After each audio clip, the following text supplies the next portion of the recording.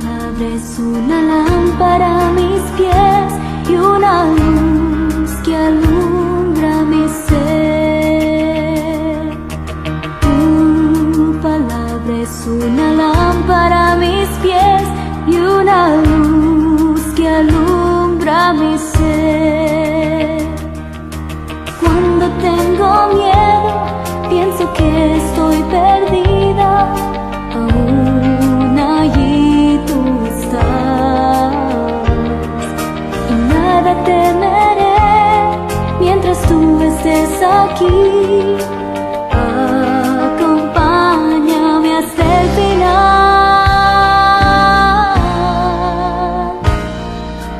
Tu palabra es una lámpara a mis pies y una luz que alumbra mi ser.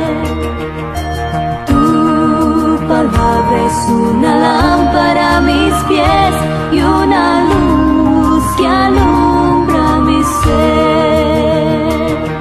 A pesar de tu amor, a veces tengo dudas. Te ruego, Jesús, sé mi guía. A tu lado quiero andar y amarte hasta el fin. Por favor, perdóname.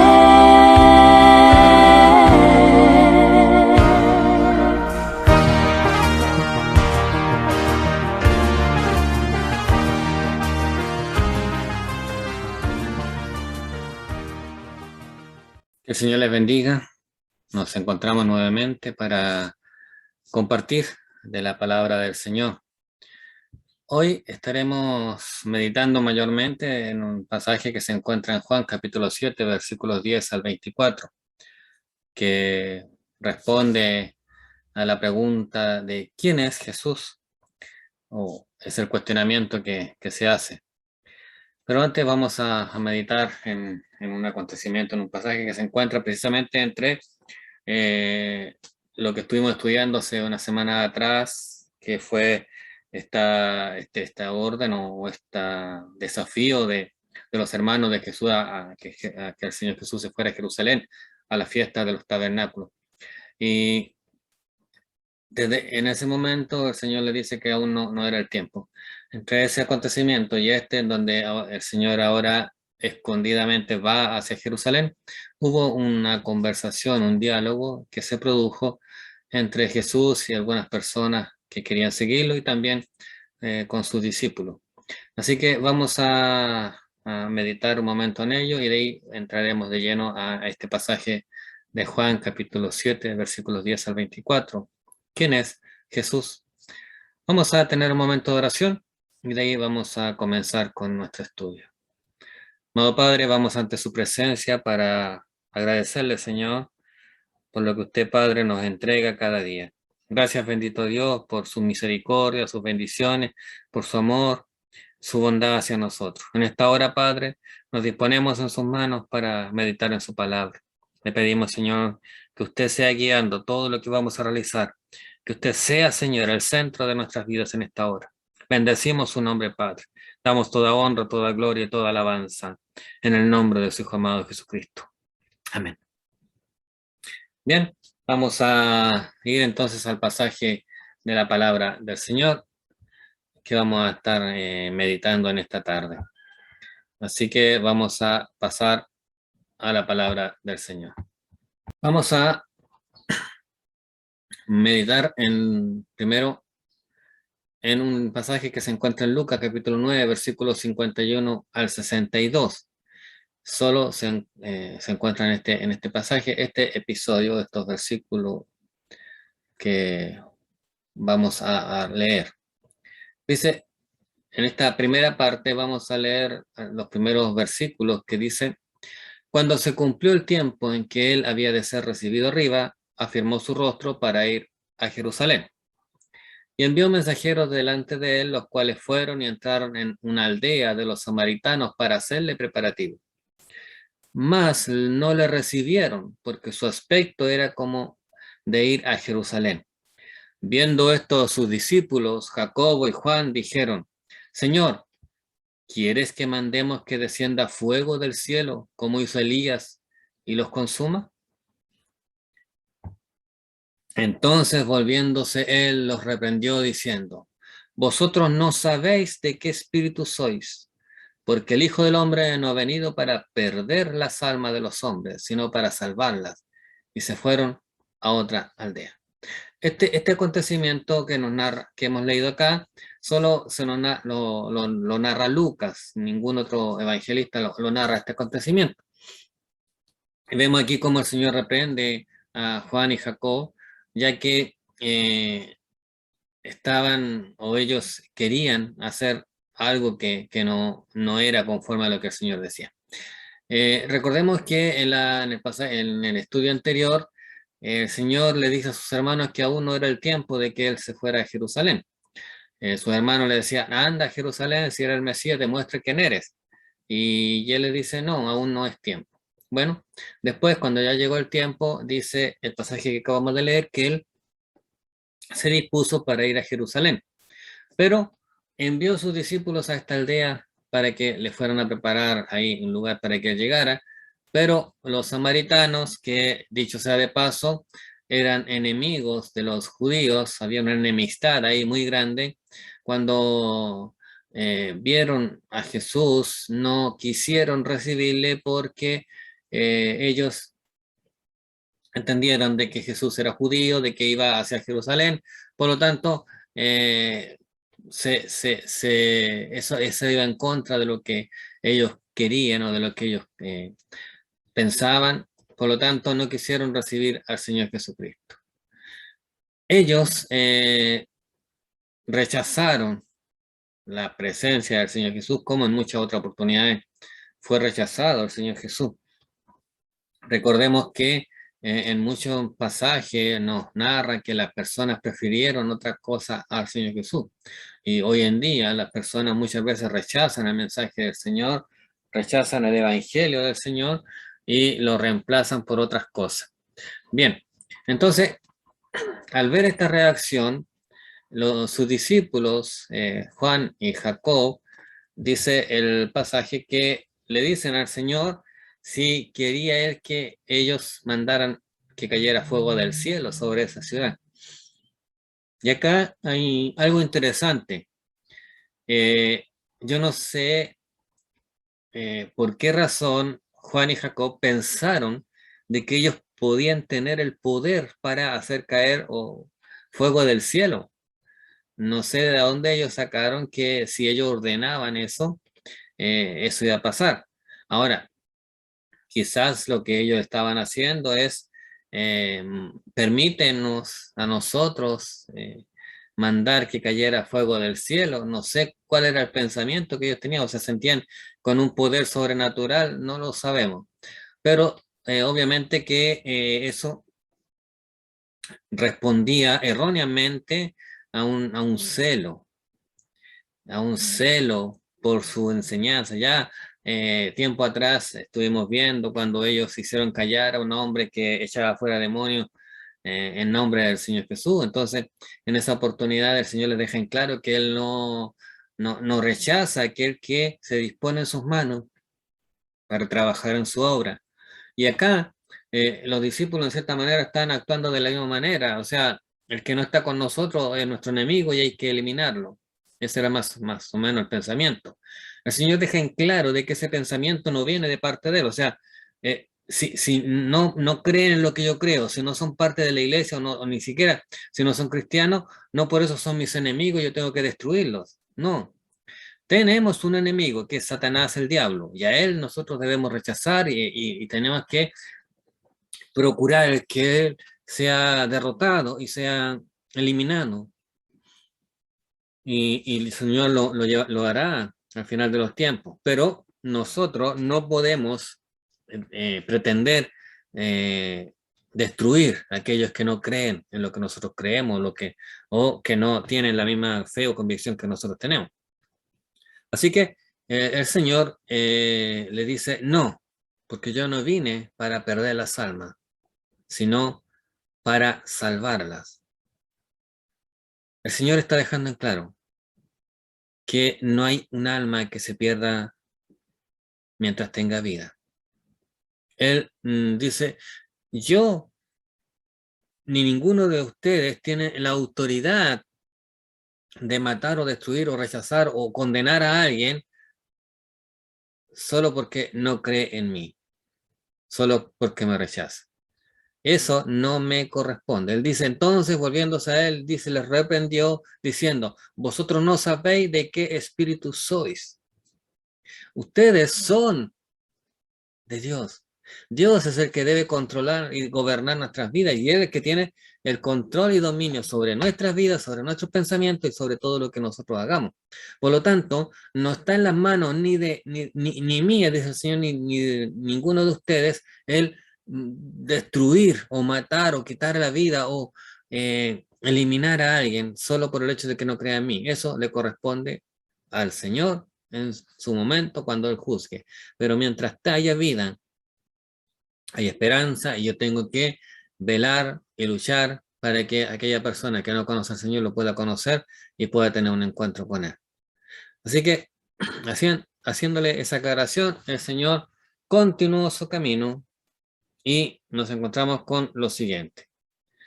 Los que querían seguir a Jesús. Aquí, en la segunda parte de este capítulo, en Lucas capítulo 9, del versículo 57 al 62, y también hay un pasaje paralelo en Mateo capítulo 8, versículo 18 al 22, que también nos narra este mismo episodio que vamos a ver ahora, solo que Mateo no menciona a la última persona y Lucas sí lo menciona. Así que vamos a leer el texto.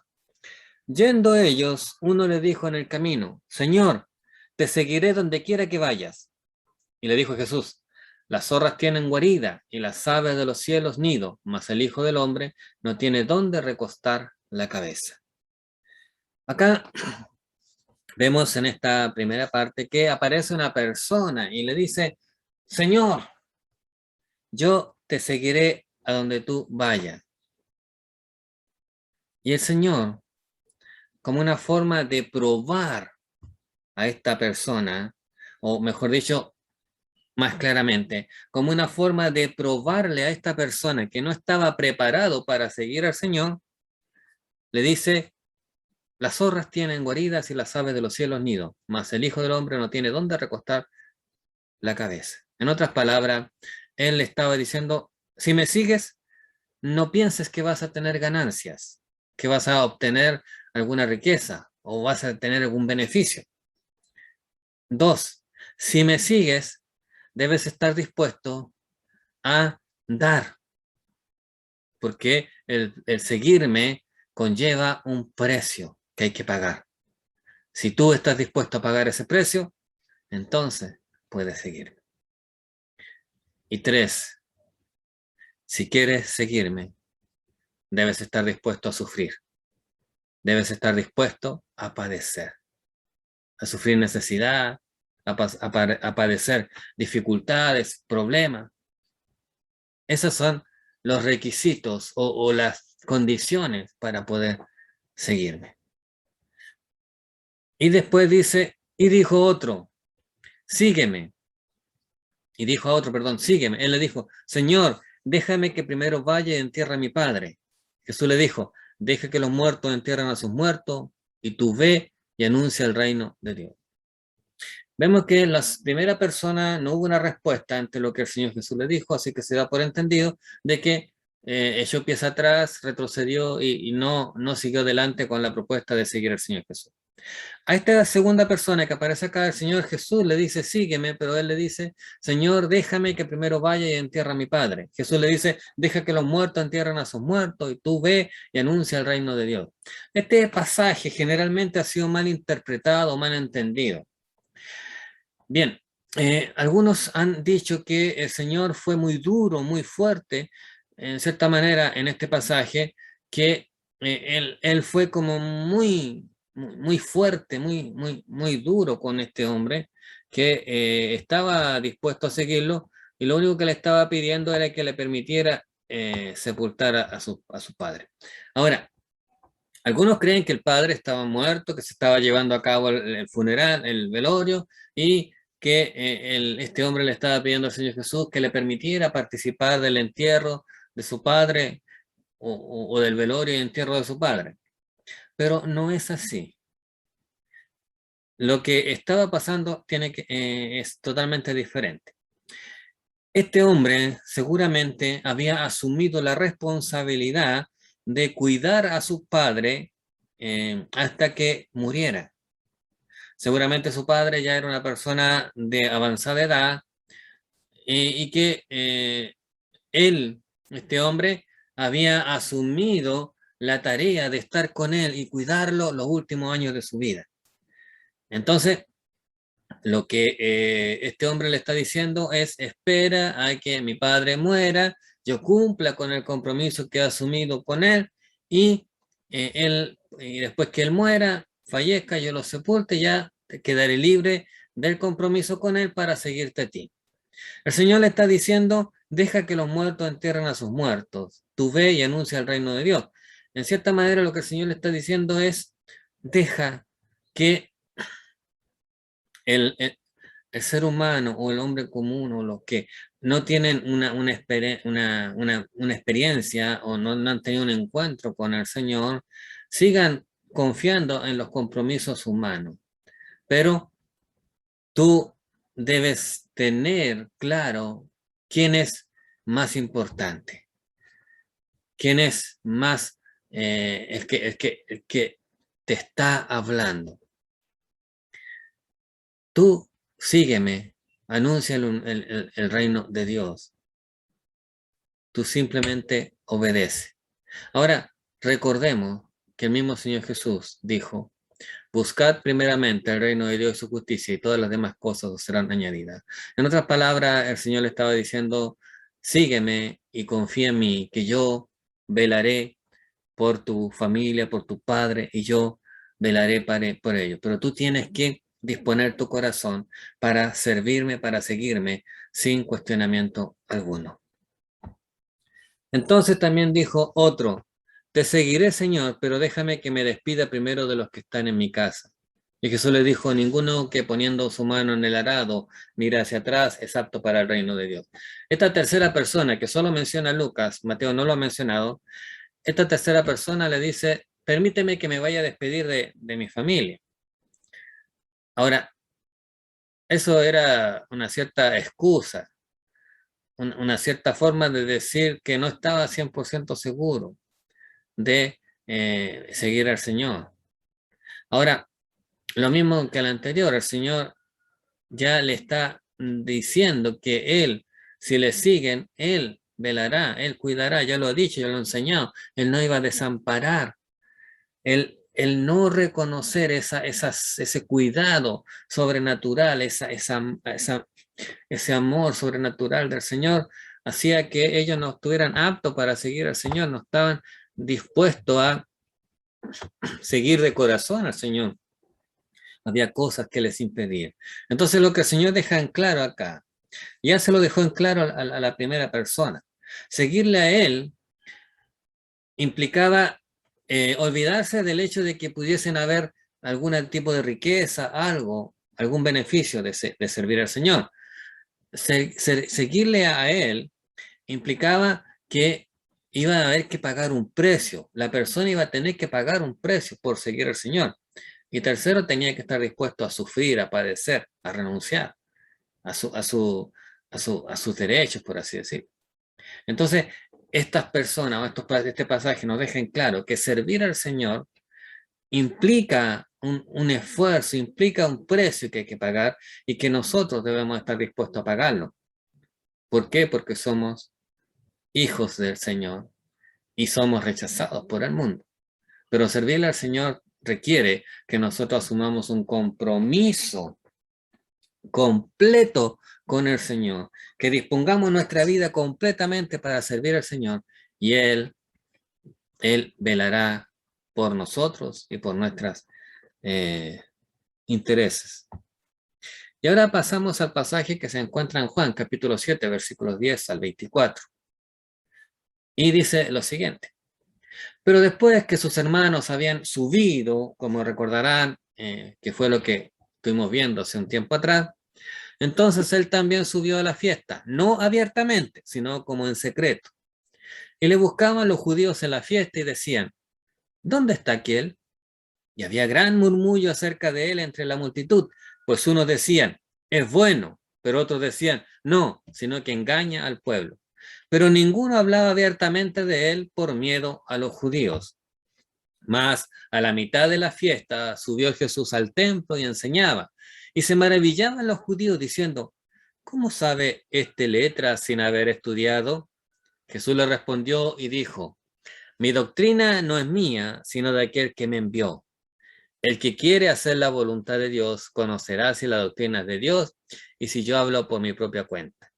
El que habla por su propia cuenta, su propia gloria busca, pero el que busca la gloria del que le envió, este es verdadero y no hay en él injusticia.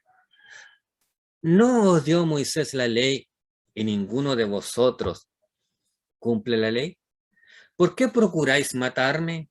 Respondió la multitud y dijo, demonio tienes. ¿Quién procura matarte?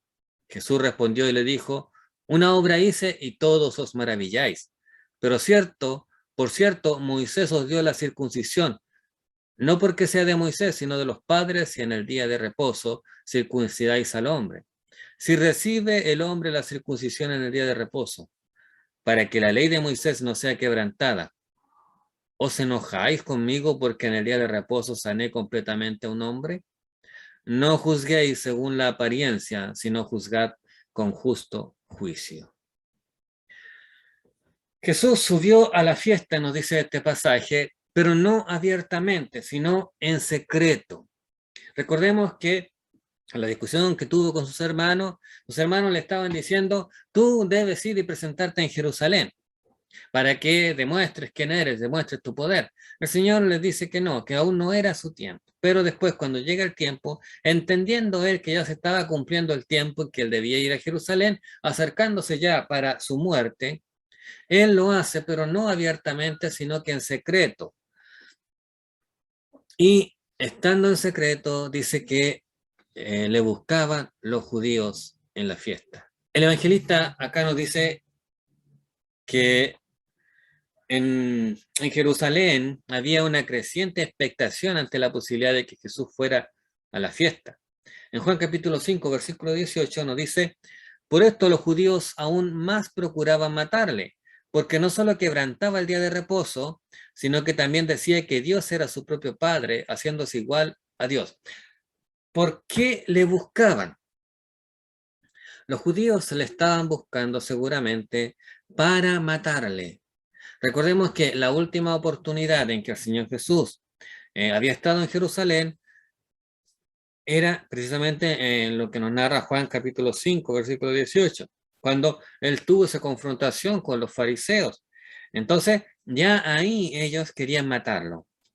Ahora, el Señor no sale abiertamente porque sabe y reconoce ese pensamiento que los judíos o los fariseos tenían, que era querer matarlo. Así que él lo hace de una forma escondida. También en Juan, en el versículo 12 de este capítulo 7, nos dice, había gran murmullo acerca de él entre la multitud.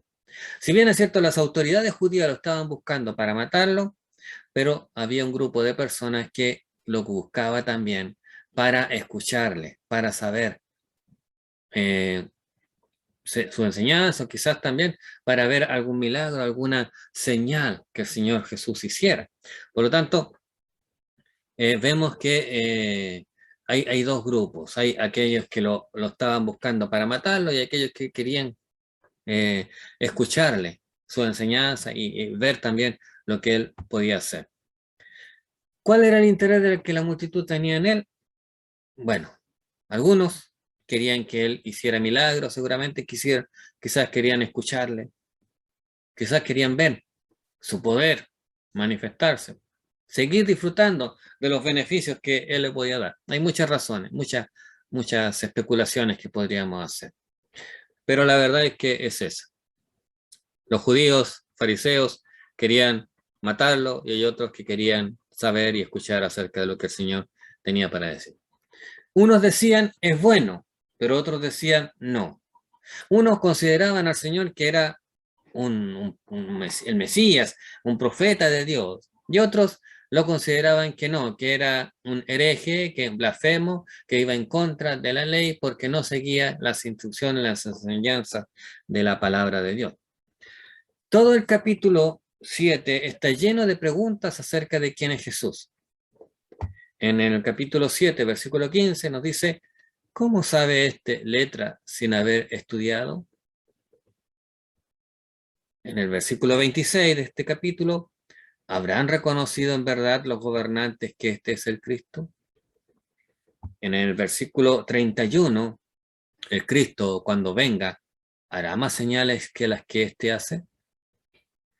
Entonces, vemos en el versículo 35, ¿a dónde irá este que no le hallemos?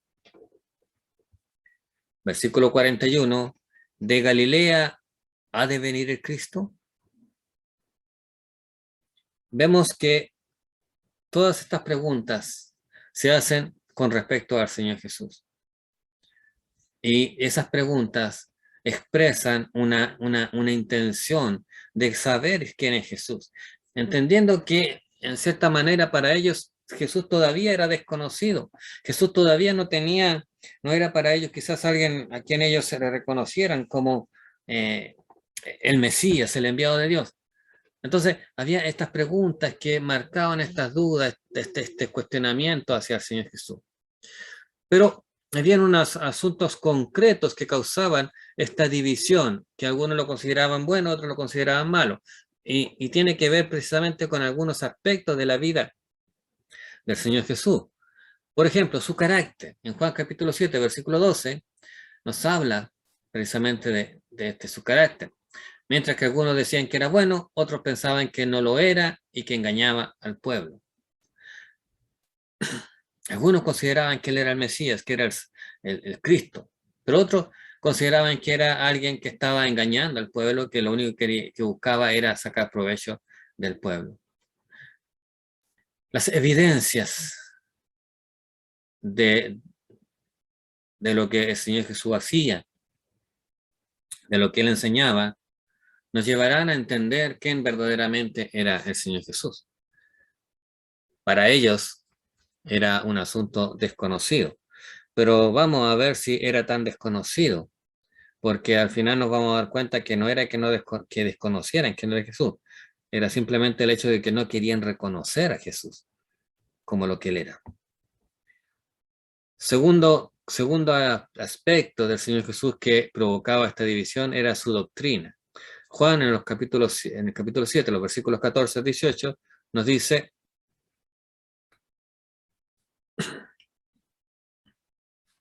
que ellos estaban cuestionando la doctrina del Señor Jesús. Ellos ponían en duda la doctrina, la enseñanza del Señor Jesús.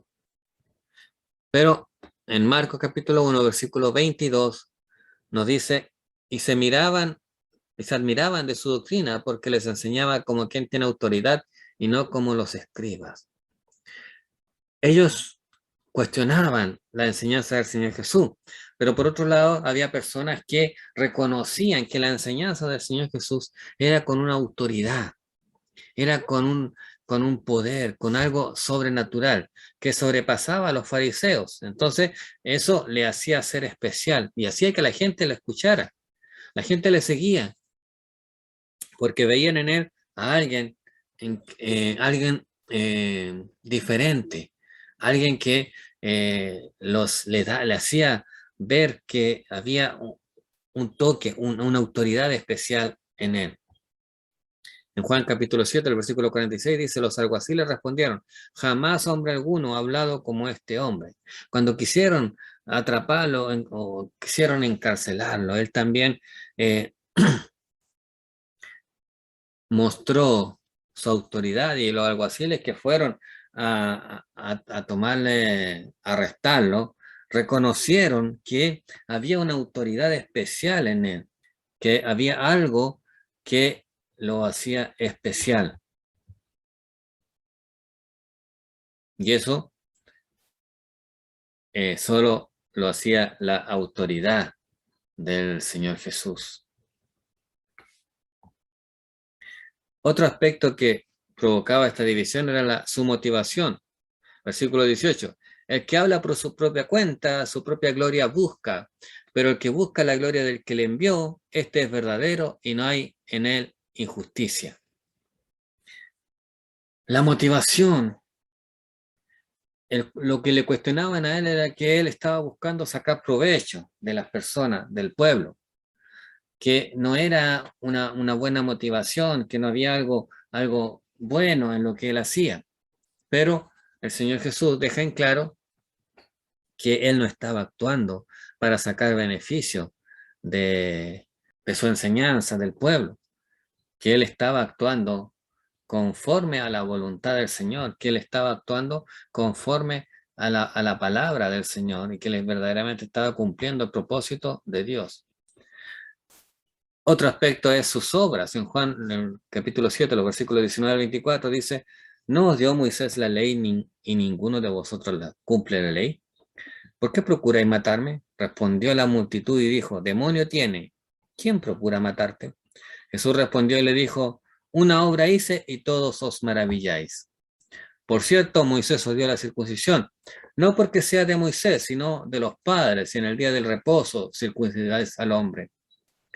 Si recibe el hombre la circuncisión en el día de reposo, para que la ley de Moisés no sea quebrantada, ¿os enojáis conmigo porque en el día de reposo sané completamente a un hombre?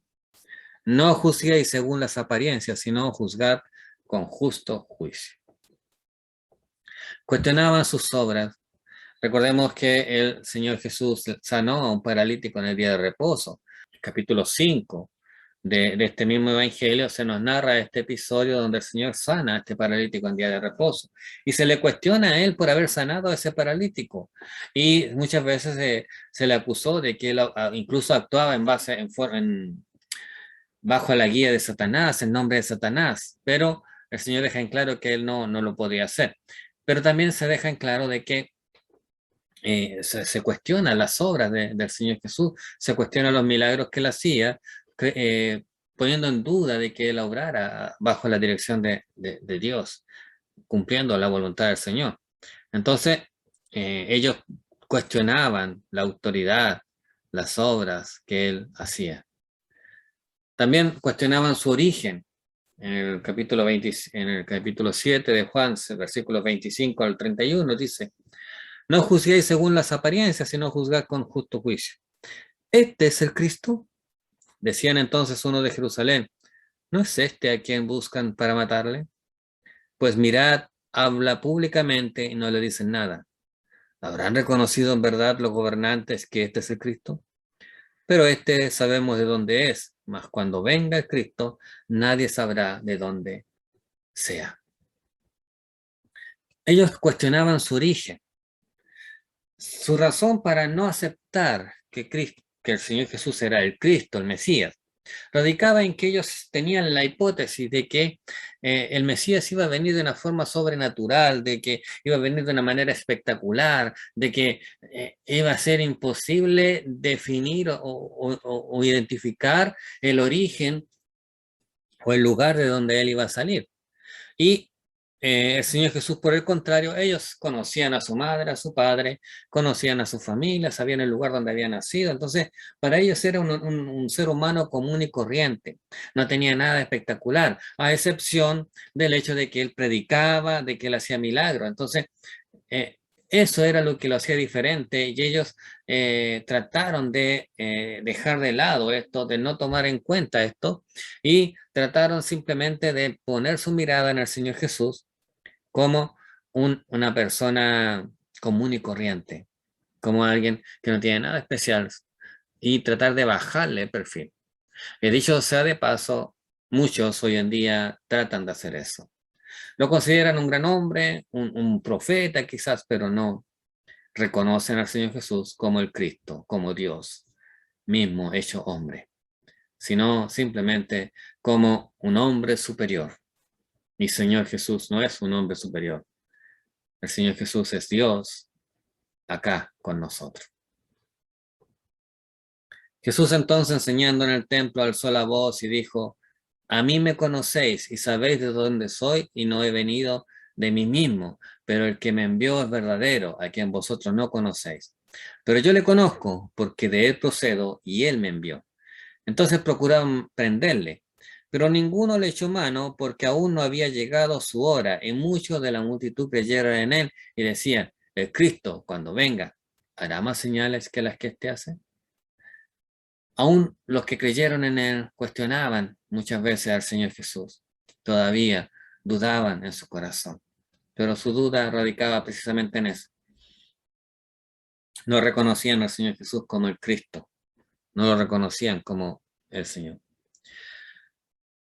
En Juan capítulo 8, versículo 41 dice: vosotros hacéis las obras de vuestro padre. Entonces le dijeron: nosotros no somos nacidos de fornicación, un padre tenemos, que es Dios.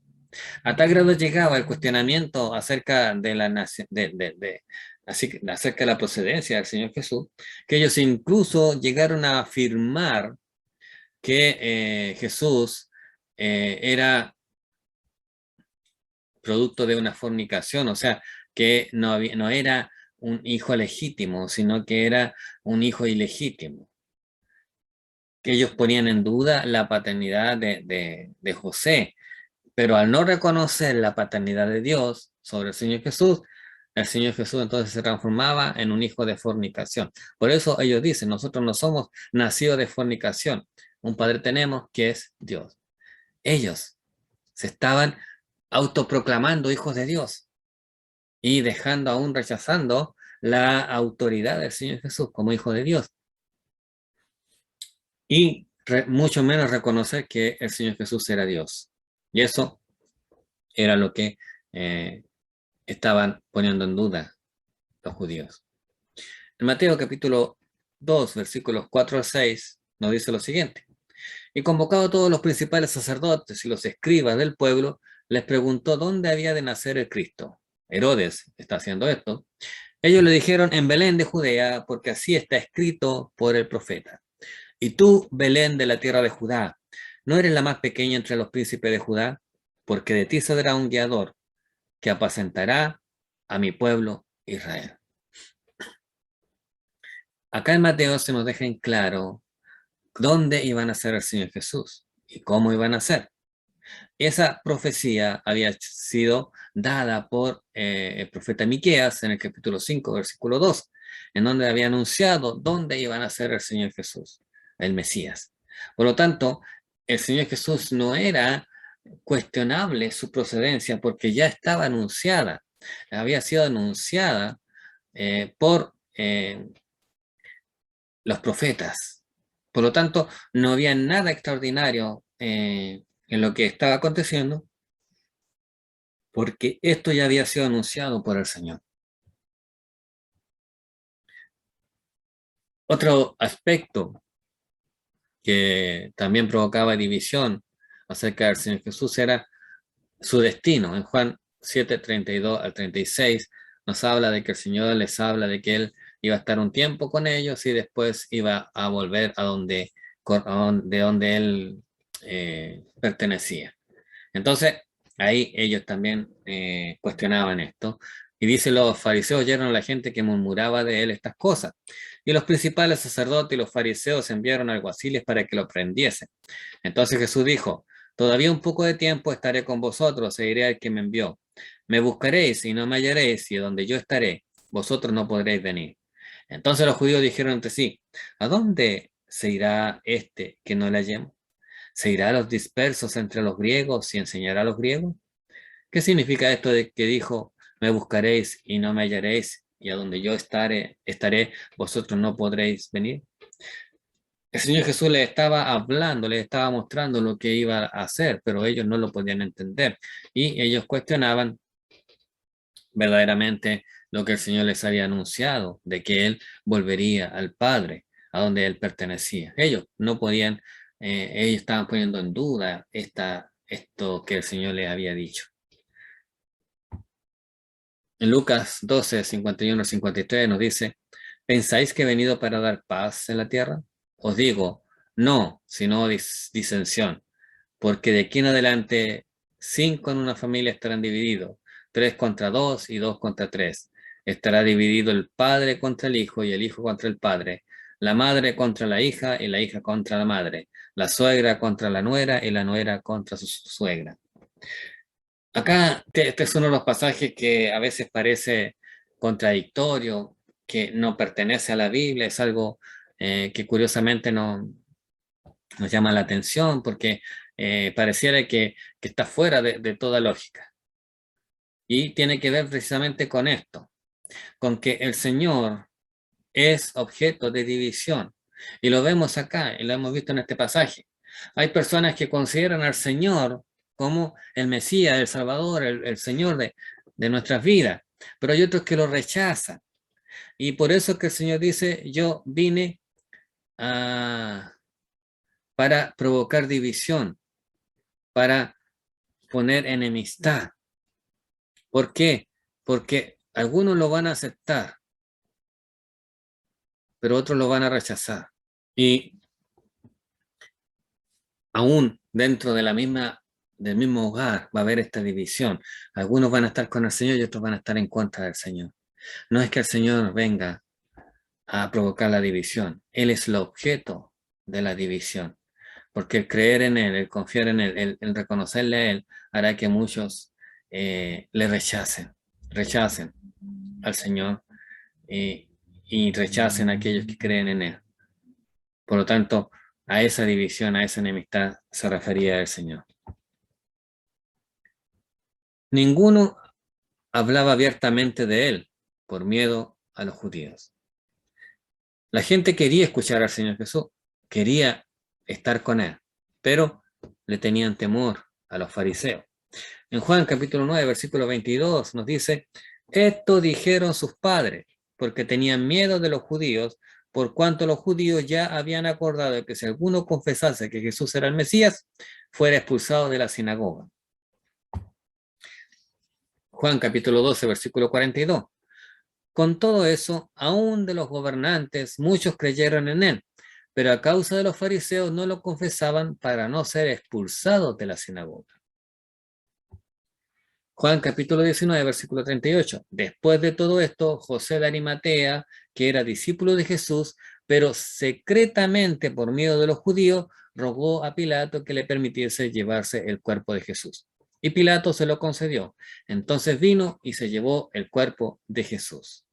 Y acá vemos algo que es interesante, y es que los fariseos no creían en el Señor Jesús, pero tampoco permitían que nadie creyese en el Señor Jesús, aún amenazando a los que creyesen en el Señor Jesús con expulsarlos de la sinagoga, no permitirles entrar a la sinagoga. Entonces, obviamente que muchas personas, por temor a ser expulsados de la sinagoga, no confesaban abiertamente que creían en el Señor Jesús. No le reconocían. Por eso el pasaje nos dice que algunos le seguían, pero secretamente. A la mitad de la fiesta subió Jesús al templo y enseñaba. Y dice que la gente se maravillaba por lo que el Señor decía. ¿Cómo sabe este letra sin haber estudiado? Decían. La gente al escuchar al Señor Jesús se maravillaba. El Señor esperó y a la mitad de la fiesta Él empezó a enseñar, a hablar. Y la gente al escucharlo empezó a poner atención en lo que Él decía, porque Él hablaba con autoridad. Entonces, con la misma autoridad que el Señor Jesús hablaba y que marcaba una diferencia, tiempo después los discípulos también hablaron con esta autoridad. En Hechos capítulo 3, versículo 13 nos dice, entonces, viendo el denuedo de Pedro y de Juan y sabiendo que eran hombres sin letra del vulgo, se maravillaban y le reconocían que habían estado con Jesús. Aquellos que vieron al Señor Jesús hablar, que presenciaron las enseñanzas del Señor Jesús, reconocieron también a los discípulos cuando ellos predicaban que ellos habían estado con Jesús, que ellos habían estado con el Señor Jesús. ¿Por qué? Porque había una autoridad que había mostrado el Señor Jesús que ellos tenían, y eso les hacía entender que aquellos hombres no hablaban por sí, sino que alguien estaba con ellos. un respaldo especial. En Marcos, capítulo 7, versículos 6 al 8. No deis lo santo a los perros, ni echéis vuestras perras delante de los cerdos, no sea que la pisoteen y se vuelvan y os despedacen. Pedid y se os dará, buscad y hallaréis, llamad y se os abrirá. Porque todo aquel que pide recibe, y el que busca halla, y el que llama se le abrirá.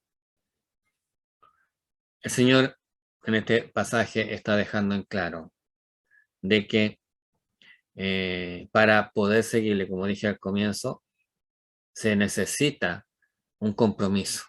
Pero ese compromiso no viene por un esfuerzo humano o algo que nosotros hagamos. Ese compromiso viene por la obra soberana del Espíritu Santo sobre nuestras vidas. Y el Señor Jesús está diciendo esto. Hay una naturaleza que no va a poder obedecer, no va a poder seguir, no va a poder reconocer el regalo, la obra del Señor Jesús. Y esa naturaleza es nuestra naturaleza carnal. Entonces, el Señor dice, no deis lo santo a los perros, ni echéis vuestras perlas delante de los cerdos, no sea que los pisoteen y se vuelvan y se despedacen. O sea, hay una naturaleza que les va a llevar a rechazar lo más valioso que le podemos entregar, que puede recibir el ser humano, que es la salvación, el mensaje de salvación. Por lo tanto, es imposible que una persona reciba ese mensaje a menos de que su naturaleza sea cambiada, sea transformada. Y es necesario que esa naturaleza sea transformada para que así pueda valorar este regalo que se le va a dar. Pedid y se os dará, buscad y hallaréis, llamad y se os abrirá. Porque todo aquel que pide recibe, el que busca halla y el que llama se le abrirá. No es un asunto de desconocimiento. No es un asunto de que la gente no reciba porque no pida. Es un asunto de que la gente no quiere pedir, no quiere buscar, no quiere llamar, porque no ha experimentado un cambio en su vida, una transformación en su vida, y sigue actuando como seres humanos común y corriente. Mi doctrina no es mía, sino de aquel que me envió, dice el Señor. Tal como lo veían sus críticos, solo había dos posibilidades. O bien había estudiado en una escuela rabínica o simplemente emitía sus propias ideas. Habían estas dos opciones. Y obviamente la primera no era posible. Él no había estudiado en ninguna escuela rabínica porque él no tenía las posibilidades. Y si hubiese sido así, hubiese sido reconocido. Por lo tanto, la única opción que quedaba era que él estuviera enseñando, hablando de su propia idea. Pero él deja en claro que esas ideas o esa enseñanza no son de él, no son sus pensamientos, sino de aquel que lo envió.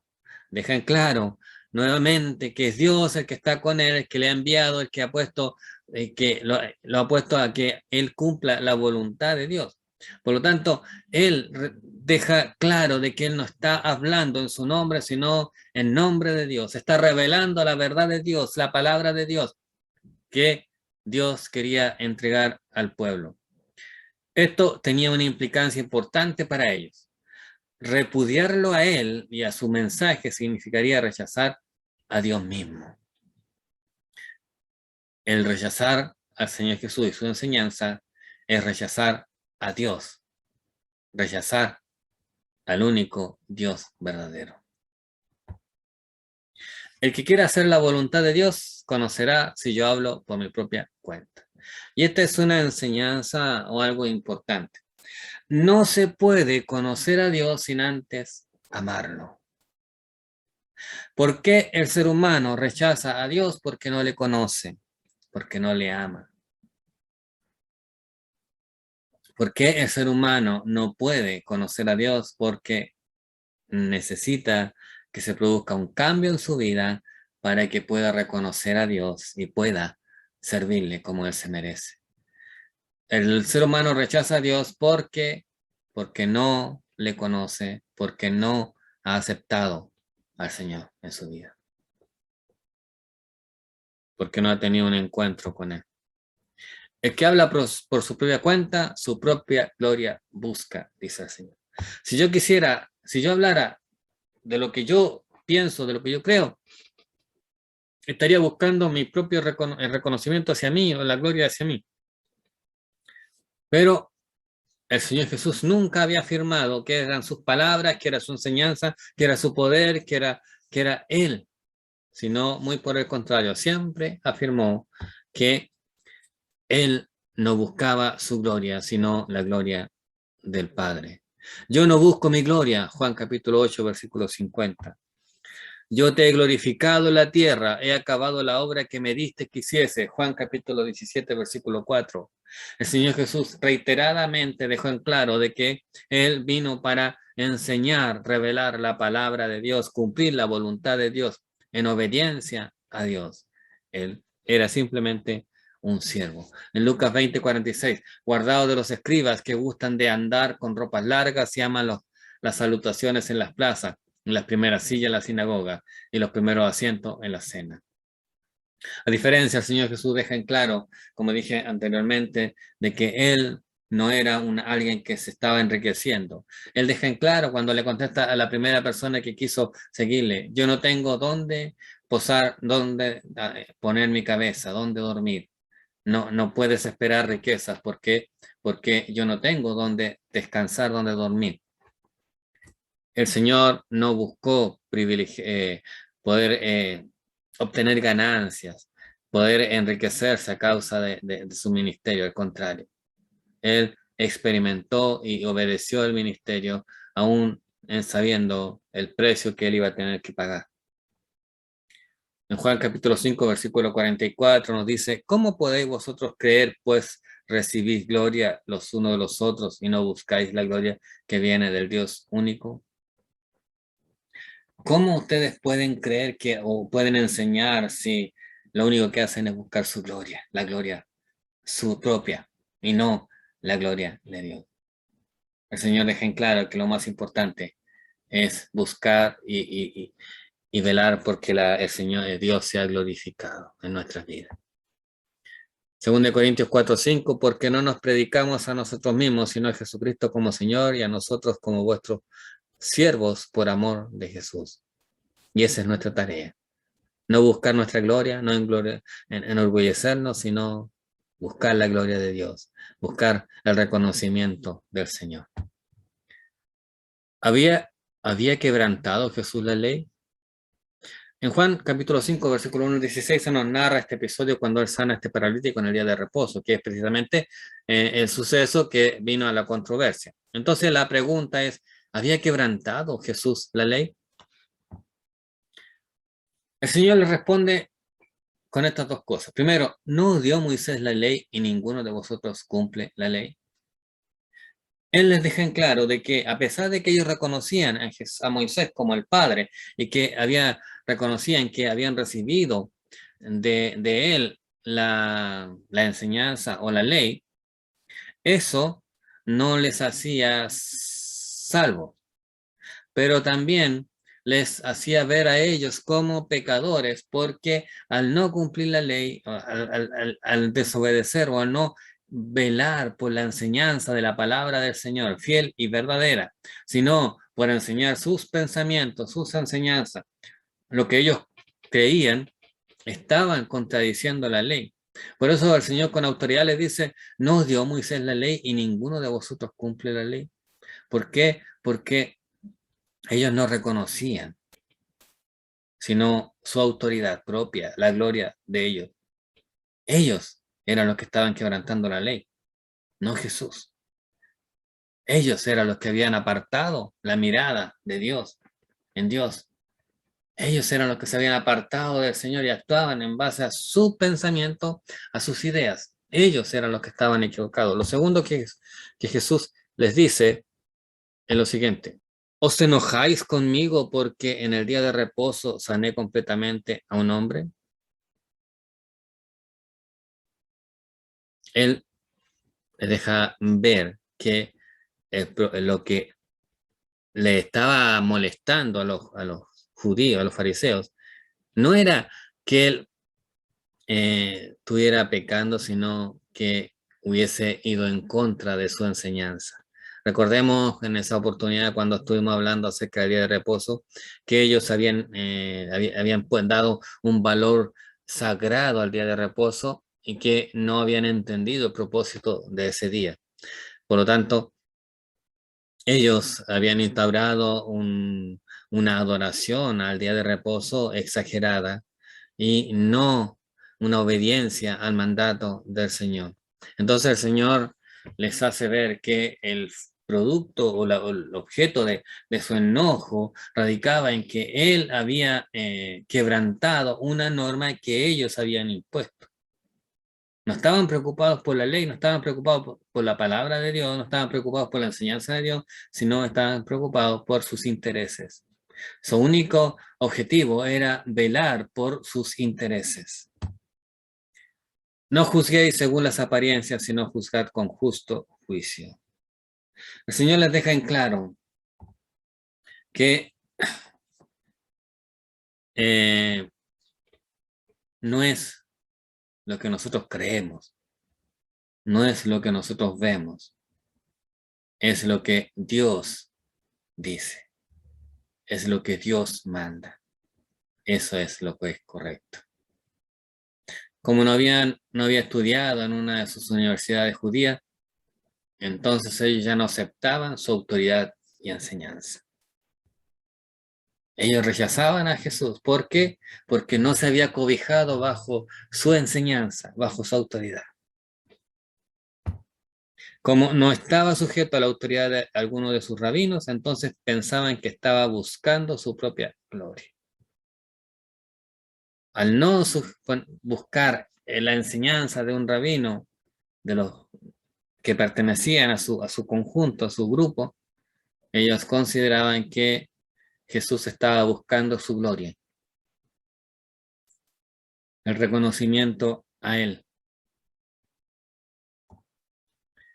Y como no estaban dispuestos a obedecer a Dios, entonces tampoco estaban dispuestos a escuchar lo que Jesús les decía. Si ellos hubiesen verdaderamente servido o obedecido a Dios de corazón, hubiesen reconocido al Señor Jesús como el Mesías. Pero como no estaban conforme a la voluntad del Señor, no estaban obedeciendo a Dios, no estaban guiados por Dios,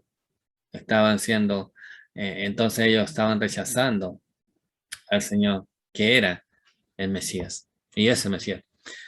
Como no cumplían la ley, ni tampoco estaban dispuestos a aceptarlo, entonces insultaban al Señor para intentar justificarse ellos. Ellos no cumplían la ley, ellos no aceptaban al Señor Jesús. Estaban en total rechazo a Dios, su enseñanza, su voluntad. Y para justificar sus acciones, insultaban al Señor, trataban de menoscabarlo, trataban de hacerlo desaparecer del escenario para ser solo ellos los que tuviesen la autoridad y no hubiera otro que enseñara en su lugar. Como Jesús no interpretaba el mandamiento del día de reposo como ellos, entonces procuraban matar. Ellos lo único que querían era tener la exclusividad de la autoridad, nada más. No querían otra cosa, sino reconocer que fuesen, reconocidos por los demás como las autoridades y que su palabra fuera autoridad. Lo que ellos dijeran fuera reconocido como autoridad y que nadie se atreviera a cuestionarlo, nadie se atreviera a contradecirlo. Eso era lo que ellos buscaban. Y Jesús no hablaba como ellos, no interpretaba como ellos, no enseñaba como ellos, ni enseñaba lo que ellos enseñaban. Y eso trajo precisamente la enemistad entre él y los fariseos. Algunas preguntas que quiero dejar con ustedes en esta oportunidad. Busque a lo largo de todo el capítulo 7 las diferentes reacciones de la gente ante la persona de Jesús. Escriba la parte de los versículos que considere relevante y la cita. Explique con sus propias palabras cuáles eran los aspectos que los judíos pusieron en duda en cuanto a la persona de Jesús. ¿Y qué podemos ver en el capítulo 7 de Juan? En cada caso explique por qué lo hicieron y en qué estaban equivocados. En su propia experiencia, ¿Cuáles son las actitudes que percibe en las personas cuando escuchan el Evangelio de Jesucristo? Según el pasaje que hemos estudiado, ¿qué cosas son fundamentales para conocer a Dios y cuáles debemos evitar? Jesús dijo a los judíos que juzgaran con justo juicio. ¿Cómo usaban la ley para que el Señor les dijera esto? Y hay algunas cosas que quiero dejar para que ustedes puedan analizar, puedan meditar y puedan responder. Que el Señor pueda bendecir nuestras vidas, que el Señor pueda guiarnos, que el Señor pueda ayudarnos en cada área de nuestras vidas. Muchas bendiciones, si Dios así lo permite, nos encontraremos la próxima semana. Mientras tanto, que el Señor sea bendiciendo su vida. A tu lado quiero andar y amarte hasta el fin. Por favor, perdóname. Tu palabra es un